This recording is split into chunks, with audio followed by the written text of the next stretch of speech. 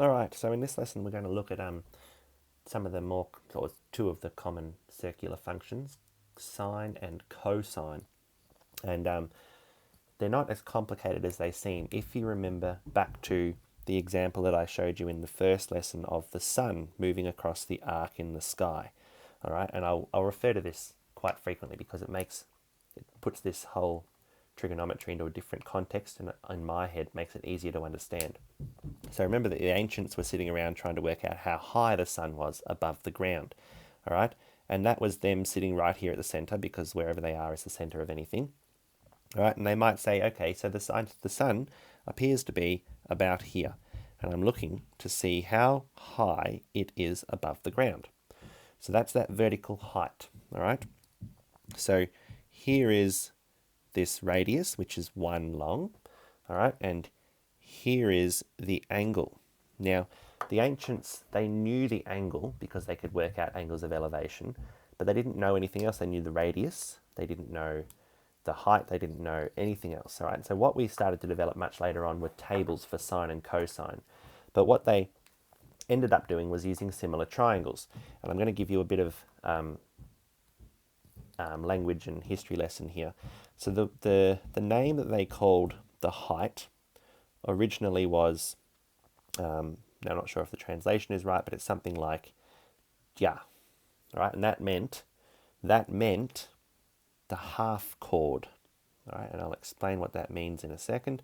Half chord. So a chord is a line that is drawn from between 2 points on a circle. All right, so the distance from here to here is known as a chord. So of course it would make sense to call the purple bit half chord. All right, so that's the half chord of the sun. All right, so the height is half chord. Okay, so that makes sense. And then they tried to work out the height. All right, so what they did was a few operations with similar circles, and they sort of go, okay, so let's imagine that this angle here might be 60 degrees. Let's make it 60 degrees. All right, so they go, well, what do we know about 60 degrees? Not a lot. We can't work out the height. We can't work out how far away from the sun we are. All right, and then someone had the brainwave, oh, hold on a second. I know that this 60-degree triangle here is actually, if I draw its mirror image out here, I know that this angle here is also 60, and that angle there is also 60. So now I've got an equilateral triangle.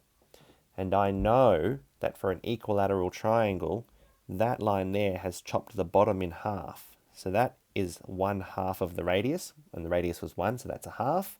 And now I can use Pythagoras to work out the height. So I'd have 1 squared minus a half squared equals this half chord. All right, and oops, I didn't put the square in. So I've got 1 squared minus a quarter, which is 1 minus a quarter, which is 3/4, and then I have to square root it. So I end up with root 3 on 2.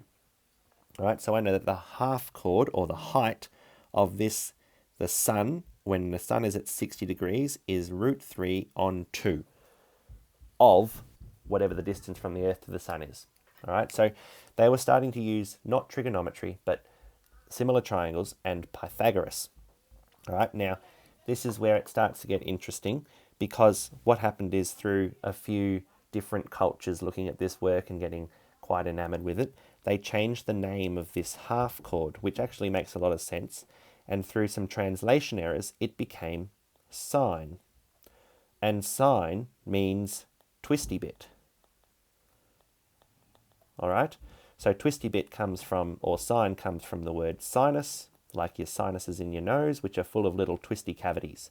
All right, and it was literally a translation error which caused the Europeans to write this down. So sine is what we now use to tell you the height of the sun. All right, so this is called sine now, and not half chord. Okay, so the sine of the sun is the height of the sun. So when I have the sun up here, let's call it at point P, if I can find the angle, I can say that its location, I can say that the location of the sun, I'll write it up here, location of the sun for any angle, all right? Now, the height of the sun was the sine of the angle, or the half chord of the angle. So whatever the angle is measured at, I can work out the half chord, and that will be the height. Now, I've written it here because what I'm doing is I'm writing a coordinate point, and you can see here that vertical height is a y value. All right. Now, this one here, they didn't have a name for it. So when the Europeans got a hold of this whole idea of trigonometry, they sort of thought, well, what could we call it? And this is where cosine comes from. So cosine is, co stands for complementary or complement. All right, complement, and this is sine. So it's literally the complement of sine. And what it means is, in a picture, if I flipped this triangle around and made it a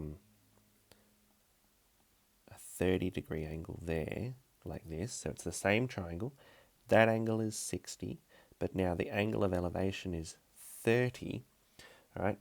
And what that means is, now I'm finding the sine of, or the horizontal, the vertical part of 30 degrees, all right? So the sine of 30 is the same as the cosine of 60, because the triangles are similar triangles. All right, so when I say cosine, it literally means complement, or the sine of the complement of the angle. So if it was 60, then I'd find the sine of 30, and that would be the cosine. All right, so when we talked about sine and cosine, it's sine and then cosine, complement of the different angle. All right, so it's still the same vertical height, but it's using the complementary angle. All right, so for any point, for any sun on the edge of the circle, its location is given by cos of the angle and sine of the angle, or cosine and sine. All right, so that's a really important thing to remember. Cosine and sine give you the location of any sun on the unit circle. All right, so let's have a look at a few common values. All right, let's have a look at cos of pi. All right, so we're looking at the sun. When the sun is over here, right on the western horizon, I know that because pi is the same as the number of radians in half a circle. The top half of the circle is half a circle. So the cos is the x value at this angle. All right, so here's pi radians right there. That's pi. Here's the sun. So I'm looking for the x value, and I can see that the x value out here is -1. Now, the reason I put -1 in there is because the ancients wanted to say, okay, so we have to have some way of saying that it's behind us or on the western front or western horizon. So that minus sign means western, basically. All right. What about the sine of pi? All right, so we can see that the sine measures the height. All right, and you see when the sun is right down on the horizon, the height is obviously 0. Okay, so that makes sense. If you were to put those together into one coordinate point, you would say the sun at the angle pi is equal to, you would have -1, 0. All right, so the sun at pi is in the point -1, 0. What about a more complicated angle like the sine of -3 pi on 2? All right, so this is very different because we haven't seen a negative angle before. Hopefully you can understand that a negative angle obviously means instead of going counterclockwise, you start by going clockwise, the opposite direction. All right, so we need to go the opposite direction, 3 pi on 2 radians. All right, so 3 over 2, so 1.5 pi's. All right, so 3 over 2 is the same as 1.5. All right, so we remember that there's a full pi in half a circle. So 3 pi on 2 goes through half a circle, and then we'll stretch half a pi more. which will take us through to this y-axis, right? Because there's a full pi and half a circle, which means that half a pi must be a quarter of a circle right there. All right, so let's look at the sun at this point here. It's directly overhead.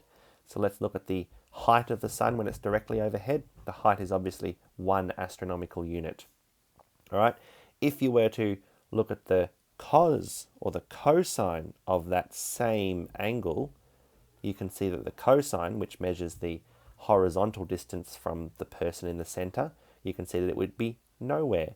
So you can see that the position of the sun at the angle minus 3 pi on 2 would be given by 0, 1, or otherwise directly overhead. All right. Now it's also possible for the sun to go through more revolutions. So we might start looking at angles like this. Sine of 5 pi on 2. All right, so this is where it's helpful to have an idea of fractions and convert it into decimals in your head. So I'll draw myself a different unit circle here because the other one's getting quite crowded. We'll have a look. So 5 pi on 2 is the same as sine of 2.5 pi. All right. Now remember, there's only 2 pi radians in a circle. So we go once around the circle full time. So we go all the way around, back to the start, and then half a pi more. So half a pi takes me to that same y-axis again. All right. So that means that the sine of 5 pi on 2 is 1. All right, remember the sine is the vertical height, and the sun at that point is 1 unit away from the center, being the radius. All right. What about the sine of 7 pi on 2? Now the sine of 7 pi on 2, remember 7 pi on 2 is the same as 3.5 pi. So this is a little bit more difficult. So let's start thinking of it in terms of full revolutions and how much more. So 3.5 is made up of 2 plus another 1.5. So there's a full revolution and 1.5 more. So you want to go full revolution around, back to the start, and then 1 pi more, and then half a pi more. So it takes you to this y-axis, but in the bottom section. All right, so the sine of 7 pi on 2, you can see the height there would be -1 because it's in the negative quadrant. All right, so the idea of multiple revolutions is quite important. Okay, you need to have an idea of how to convert from fractions into decimals, and then try and split the decimals up into factors of or multiples of 2, because 2 shows you how many pi's are in a full circle. Okay, remember that the sine of the circle, the sine of the position, shows you the height or the y value. The cosine or the complement of the sine shows you the x value for the same angle. All right, radians, we work in fractions. Even if we've converted them in our heads to make it easier for us to work out the angle, we still write the final answer as originally given to us in fractions. All right. Keep in mind that what you're looking at here on the unit circle is the same Cartesian plane as we've been used to dealing with all the way along. X-axis, y-axis, positive values right and up, negative values left and down. All right.